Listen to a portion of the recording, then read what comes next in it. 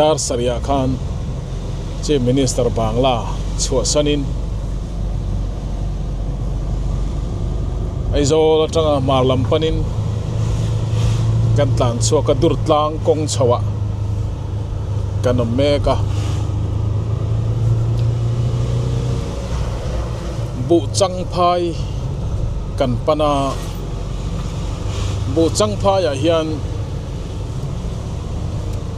SSB akro antia company private company in kuva process na call andina anei tu po pulal boy ate anya ama mai aniam ka hlalova thian ho pawh ni mai thei anakina hriat chian kan tumanga chu an kuwa process na call chu Chief Minister hian a hon sak don ani tin Buhchangphai a vek hian agriculture ling road a hong don bokin ka hria a tin ho pa in buk van neya Godres agrovet muna Samadan One Stop Solution Center antimaya oil palm ching tu ten an mamo tin reng man tlom zo ka an lam khom na tur dor a hong don bokani chungte hong tur chuan kan kala pulal mon puya punte advisor to Chief Minister in Chief Minister here Troy Oma tin OSD to CM piala lo dingi kalboka tin midang party lama tangte po a Troy Om tu nei nin ka sia chubang chon po in chutle min motor injui kan tam deu lek ti kha kan soi masani chu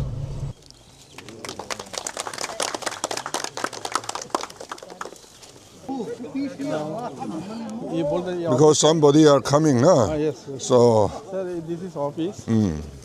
Main office. this is main office. Main office. This also Some construction is not yet completed, no? Can we go down to here? This is gone out. This is go down.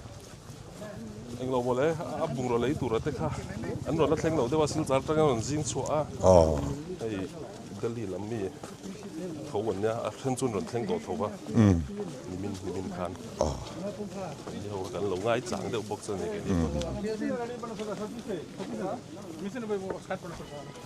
they're in function thing. Hold on, Function thing ama se tu na hết chọn off season này Eh. off season này như vàng khan Oh, kan duang kan ti thei don lawa trial basis nan hen nem so so kan lo tiam mo oh.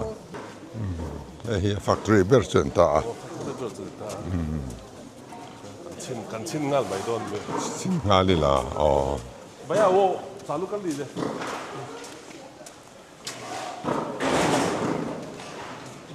Hey, that him in hei ta hen kan Call thum in call late. thum ne call pakat hen dat ka thapa ke sang khat hem thei ta Aro ngai lo mi. aro ngai lo Có đào đầu lên babi. nga phô le tur kan chu manga hei ten kan her ta tu bi kan her zo hen kan chu le don ni Của vật sinh xiêm hộp này cho khali cái sát chứ. kan hei hen da bu ta wa ni hei ra ta so ma ro chu ta so agora ka so ta ba ka sa ka ba ka so liền đều rất ngay này, hiện đó này, nga đó này liền đều rất ngay này. This is for peeling, huh? Yeah. 1 hour, 1,000 kg, 1 hour, 1 lakh. Some remain unpeeled. This will be high. 50% done by machine. Oh, this is the husk. By hand.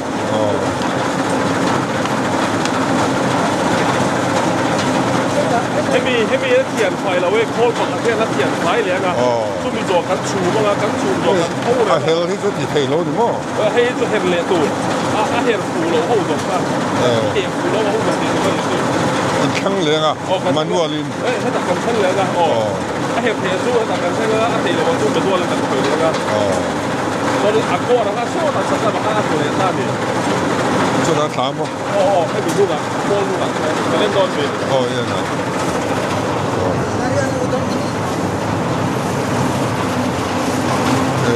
ให้ตายกันโคตร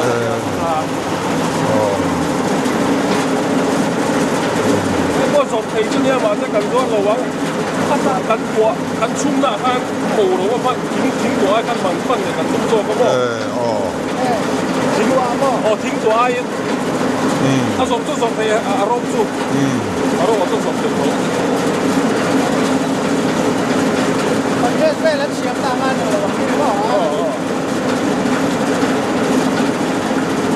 ส่วนก็ตัดกันก็เลี้ยงกันให้ไม่ต้องการกินตัวเนี่ยกันเทียนไฟตัวนู้นกันชูมันก็ชอบตัดร้อยละนะตัวกันเนี่ยเลยร้อนเนี่ยถ้ากันชูตัวท่านกันโค้งเลยตัวนี้โค้งเลยอ่ะก็ติ้งท่านกับติ้งท่านเลยตัวนะส่วน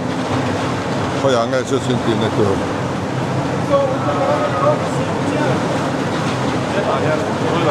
ร้อยละพันติตาให้นะชุ่มให้อัดทุ่มหมอมตาให้มีช่วยให้กันดาลุดตัวนั้นกันดาลุดกันคลายลุดต่างกันเอาไปชูมั้งอ่ะชุ่มโซ่ข้างไอ้หมดเจ็ดกันชุ่มโซ่ด้วยแต่ตุยเนี่ยนี่มีตุยเนี่ยall total hydraulic ไม่อันนี้ไม่มัน hydraulic cooling มีกันมั่งหรอกมาโคตรถึงตัวแล้วโคตรแต่ตรังเฮียนี่ตัวที่น่ามีให้มีหัวอ่ะอันไว้อ่ะยันเฮ้ยเขาอย่างเงี้ยอันไว้ตัวน่าบ้ามั้งเลยที่ขันมั้งที่ส่วนมันว่าที่นี่ละช่วงที่น่ามีเฮ้ยบอกไฮโดรลิกกินให้มีอันเหมือนกลานเพย์เทต้าส่วนอารมณ์สุกเทต้าคล้ายช่วงอยู่นะครับให้เห็นมันโรตาออกจริงๆที่เขียนเบกคอนเทนเนอร์เดียวนี่มีให้เบกขายส่วนให้แบบจีนอไม่ตุยจีนอมตาส่วนตุยกันดาจีนนินดาตาจีนกันดาตาส่วนสาเลียงเดียวกันนะพ่อยโชว์เลยตาดิเทียร์อีเป็นยังไงhow many minutes is required 30 to 60 minutes very fast ส่วนให้มีกันชุ่มส่วนพาวโรเลยตัวสั้นไปจีนนั้นขายตัวใช่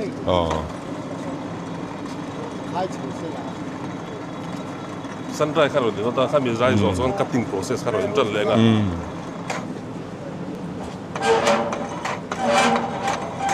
ว่าที่เห็นใครชอบไม่โดนตาใครชอบแต่กันบุงเฉลี่ยนะที่เห็นนี่บุญไม่มีกันบุญไม่ใช่พูดเลยตรงเขาเนี่ยตุยข้าเองเจียตาตุยสวะ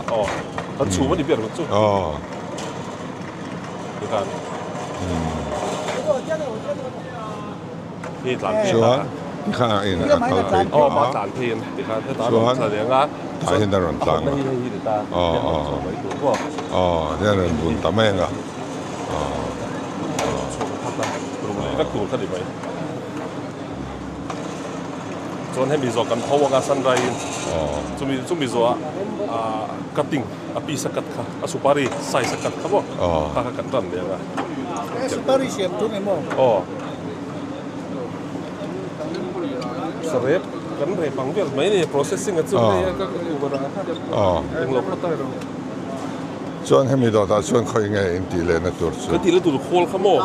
พวกเราเชี่ยวชาญเราหล่นข้างตัวหล่นถ้าเข่งมาเราคัดมีคัตติ้งนะคะหล่นถ้าเข่งเราได้ว่าเจ็บน้อยโดนที่นั่นเจ็บน้อยโดนอัสไลซ์ngaอัสไลซ์พอตั้งอ่ะคือคอมพานีสัพพลายngaอร่อย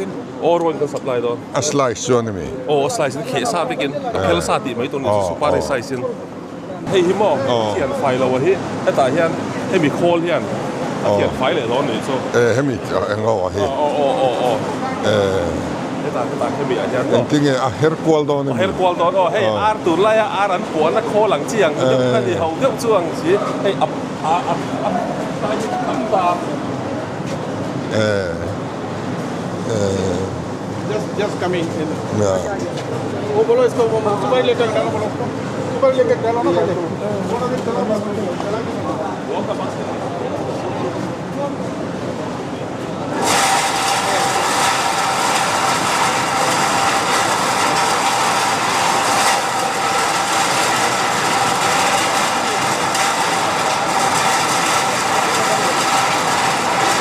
Chuan kan lo siam to sa so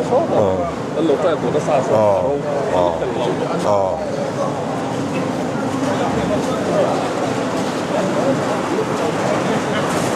Ha.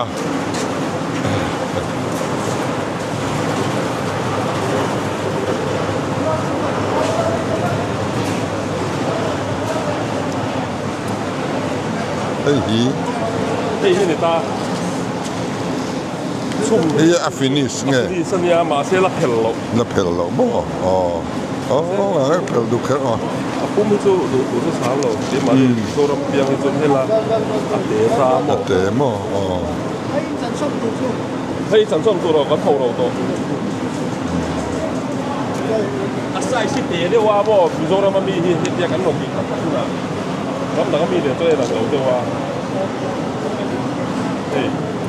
Asai ni.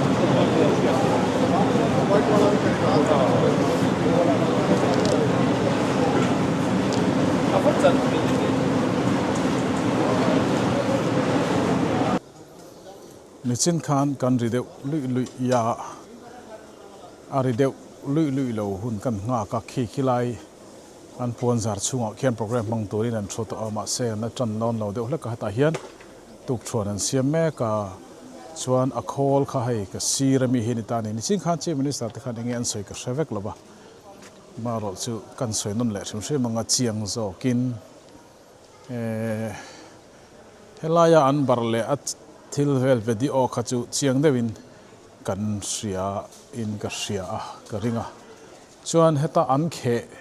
fai hi nichina helaya achumna kan han mu chumna pathum an neya hei lian pui a meipo hi meipa ngayan manga gas se mo electric an manglo ma se a kor hemi an khe na kor hi kan meya kan tuale meyan tia helaya hianin nichina po anan khai chua chin kha ani ta ni ti chuan engtika nge an helai hi an shoot fai ka halawa an chum ma ni mai thaya heta tanga an khe hi heta henan da khoma hei chuan ta hian an her fai phot ani karinga an chum ma khan chumi a fai nu hei a chum na bel chu hei hi ni ta chuan so lai son mei thuk pathum chuam ta chu helai mun function dan chu ni ta kalama han kan sei to a hemi ara ro he ta hen an phoro sa engem zat khan lo da a hei hi a chip na khol a che na khol ti meng o a her som na khol kan labun le angan tia tanan her som le anga chumi her som to chu company dangin an lei to do dani a lei tu tur company te po indem na kan nei puisa an tia chu helai khol function dan chunia chuan ara sim lo nei tu te khon nei tu te nena tanga lei tur hian mamkos Mizoram Agriculture Marketing Society Mamko Government of Mizoram Noya Mamko Corporation khan 11 society pakhat Mamkos zok nen in remna an siama chungmi te chuan a kg in abukin kuwa an lenga an ni hne na hian an thale don an tiani chu thilkal phung tang pui ni hei program an tran dona program ka omanga ya wangin kan do tok photanga nakina atrule kan chunsom le anga chief minister thu soi bi khi chu ni dangang bokhana san pa in karan da chuak le anga government PR le social media publication sang karan siam le anga program kan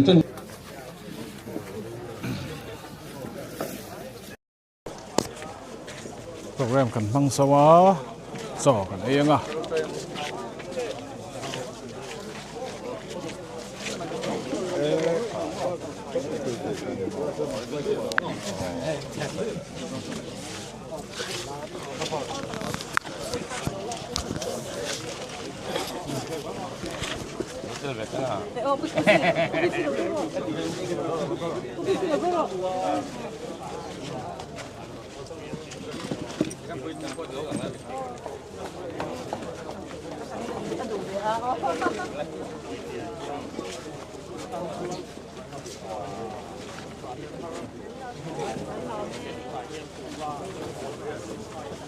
Cái này chuyên hương là to tặng.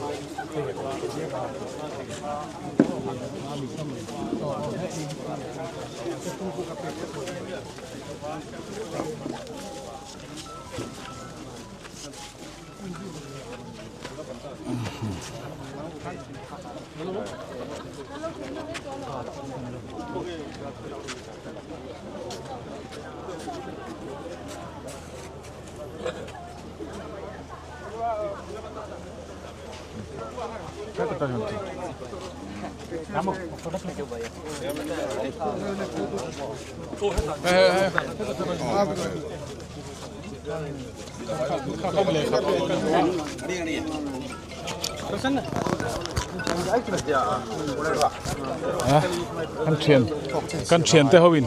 an du ni mo to se san ni mai ro o chin mi khan le khap pe kan du a kan lo lak sak mai don mani o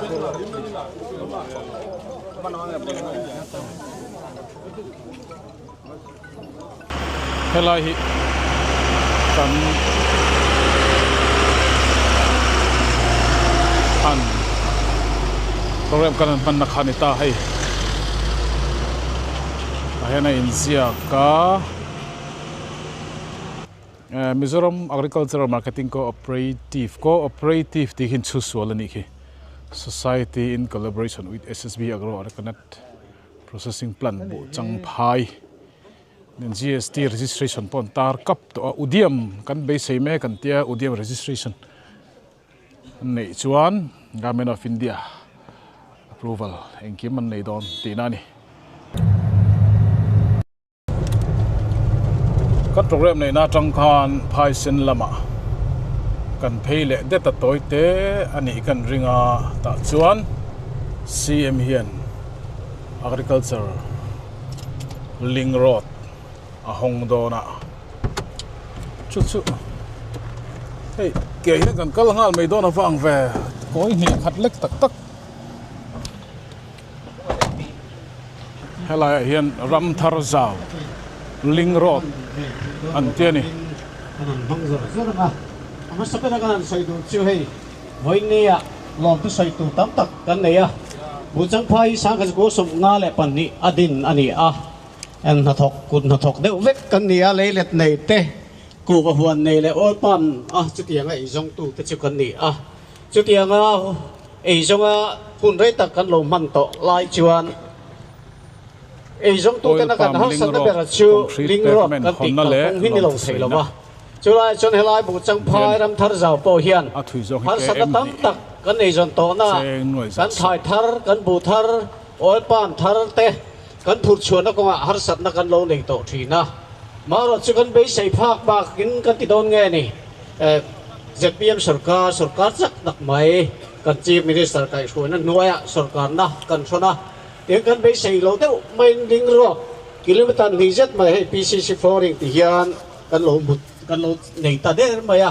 kan lo me ba Buhchangphai ram thar zau mingin lom thu kan chief minister me na kan soi ni chu tin chu ba ka achang tu agriculture minister pu PC banal ruat te malak na in le department kal tang man lak na in voinia kan thil du plum te thira kan lo thia su takin kan lo chang ta a kan lo me ema Buhchangphai hian bung thar akaya thil chin chiat lak tak voinia hian he sarkar hian min ti sakani ti kan sia a kan lo me emani ti hi voinia hian lom thu kan soi tak zet ani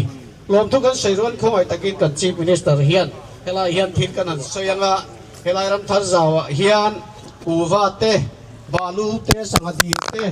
leilet mi somga borvel nei kan oma mun thia te chu tiang chuan mi engmo zatin kan chhor tangkai to le kan la chhor tangkai zel to ni a hemi kilometer ni min PCC flooring ba ka hian kilometer thung set mai hi ma ba kan la nei a chu kan sarkar chak dak hian min ti sak lo chuan kun na thok tu ten har sana thui tak kan la nei don ni na langa chuwang chuan kan chief minister ne na hian kilometer thum hi min ti sak sam turin be seina kanan nei le adil na po hei Buhchangphai ram thar zaw mingin kan khen le potani khongai takin kan dir lai min han ton sak phot sela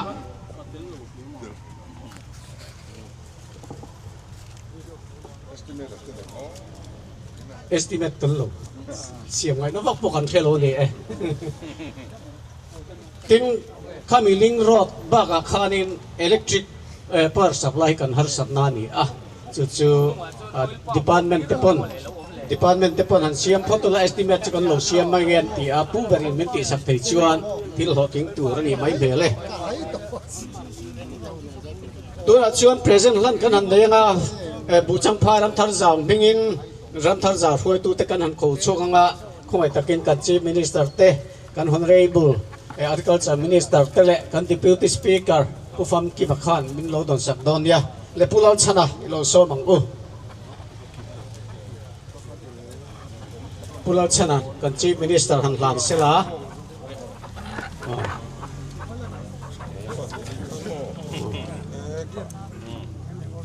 good beng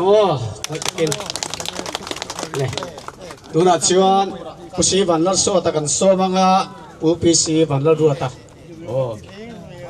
good beng le pu anal than moya kan som ve lenga pu mon pu punte khoi takin alo mo me good beng le khama khan sebat to kur tai ti te leilet bu tui agriculture department an chin tir te hoite tel kan ti Niger oil kan ti te tin Buhchangphai bil ko thir FIG tin an chin her te ni cho si te le coalition district athar FPO bil ko thir te her chuate kur tai te Buhchangphai thar ani kha kan pu khat mi lo skiat sak don dia ala tu la chon kan chief minister zaum tak te kan kong min hon sak turin so mela thu soi kha chu adu chen chen ani mai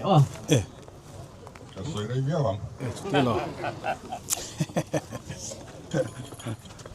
Thế lại việc ram hậu sa, sa trung in potential na anh ya, lấy lệ ta, bu tên chi nga bu lệ thil đang tóm tập, bu hùm hi in lâu phật về mô hay là hiện số cái nó cần lệ khan in, phật mô bu hùm te kan han lệ in phật về to, chuan kuva ania rubber ania red oil palm ania khang zong le thil dang te sakadil te eng kim mai that theina ram hausai no ma in bial tu pu fam kim hian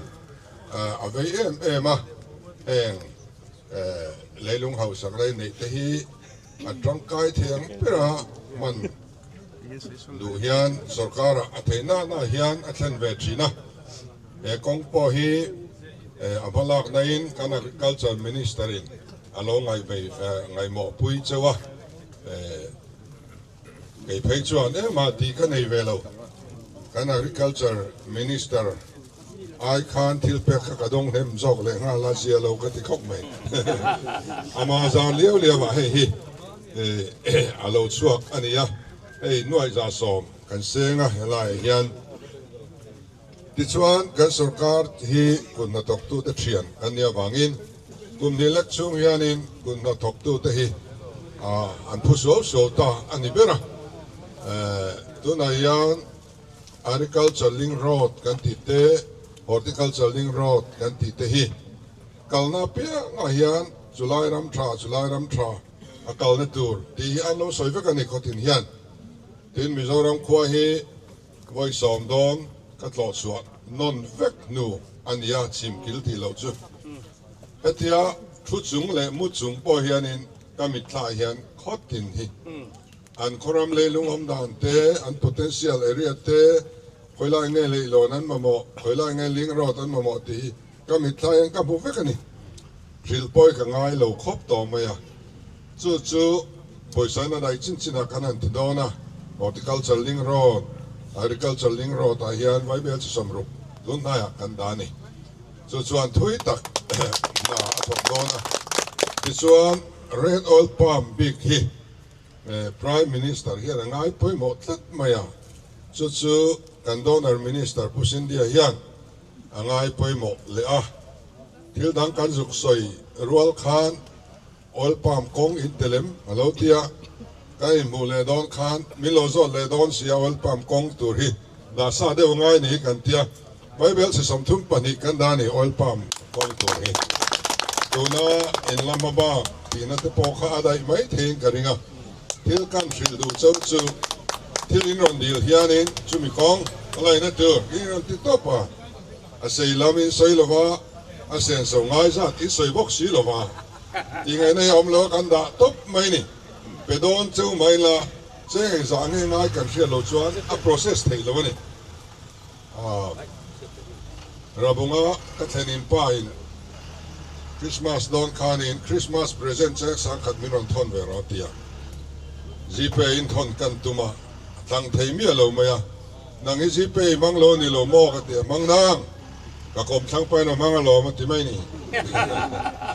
khat ti ve kha kan nia so wang chuanin voina in ron le kha the lu te po kha khat ti ringot ka chon kal pui wak ngai na kan thelon lo so wang chuan in ngai poi mo chu heng lai official te kan nia vel tak tak an nia chung ne na chuan in detail tuk po ngai lo estimate kha poi loi de poi ron siamula angai za hriat ve thei tur nel nual khan chu te ni lo chuan kan ne nei thelu ta agriculture thil lo ni ta se agriculture minister ka thelu ta ani secretary director ti kan khu ta ato pa in bial tu haram khal lenga kami de khan estimate an ron siam lengai tho tho thleng mo za ta ral don kami chung khan chu wang chuan in ron thelu to po kha estimate an siamula ron thelu le ula ti chuan kan ne na po direct in ron thelu tu la poi chuang to lova estimate om kha chuan estimate om chuan kan pe ngei don chu ti na ani chuang lo poi sign adai chuan arem chan chuan ti na nia ma se poi sarem chang po lo om sek sek sila estimate ne na om lo kha kan pe thei lo ni chu wang chuan khatia ready me ta alo ma rem chang om ve le impact thei tur khatiang zonga loin ma khuan tur khan tu nu reng reng po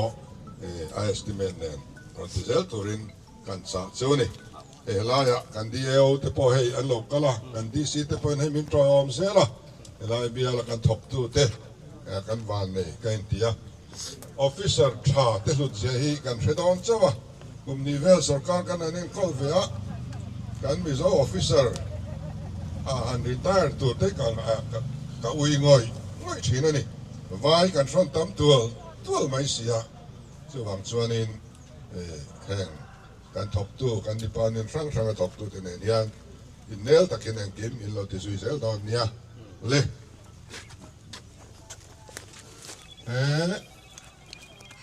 ram thar zau Buhchangphai kong hi tam tak ten so tran kai turin an honge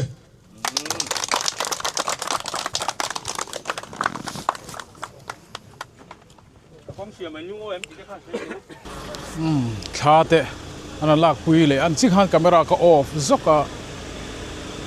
kai roi te pa khan helai ram thar zawa hian oil pa ma tangin kum khata noi somli panga kan la lut to ate ni helai zau chau helai zau chau alo ni ta chu po chu chu ko za vel ngai shem ka pu i tuna ra seng thei chu ko wa dia apun thar hi tenen ku chung ko som panga ma se zau mo apun thar chung ko som panga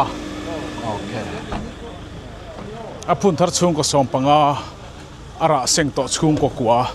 kha chung ko kwa te khan noi somli panga chu an la lu ti na ni ta ni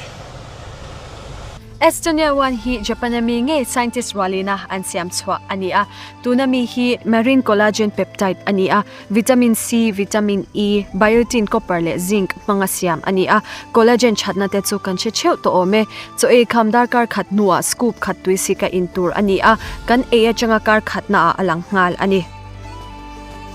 tunami hi everyday one ani a hi calcium ang maya soi thei ani a taksata na supplement chatin reng omkhom na ani bok hi brain one ani a anxiety nei tante alzheimer nei tanten AG ani a stress na satlai phei chuan nge tura cha ani